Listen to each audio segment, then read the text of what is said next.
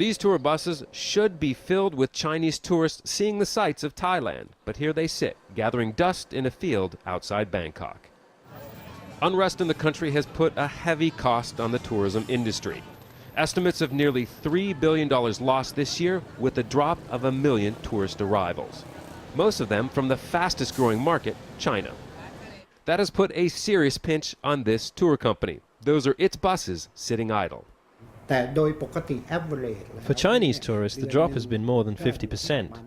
On average, we receive about 1,000 tourists per month, but in the past 2 months, we only had about 200 to 500.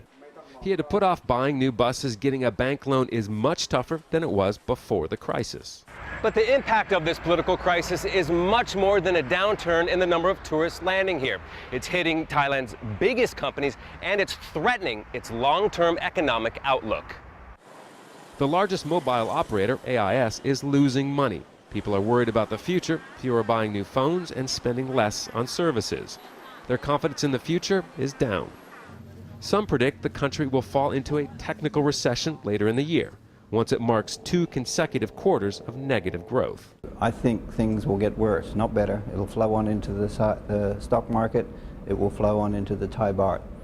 So this year's political crisis and the effect on the economy could well carry over until next year. One reason for that, since the government's not operating normally, the Board of Investment has not met in months, holding up nearly $20 billion investment dollars. But the Thais who are feeling the biggest economic pinch now are the ones who directly live off consumer and tourist spending confidence. I can survive. But what about people who earn minimum wage, like drivers and traditional masseurs? What will they do? I don't know, because it's never been this bad. And with renewed and intensified tension between the rival political groups, there's no clear path out of Thailand's dim economic future. Scott Heidler, Al Jazeera, Bangkok.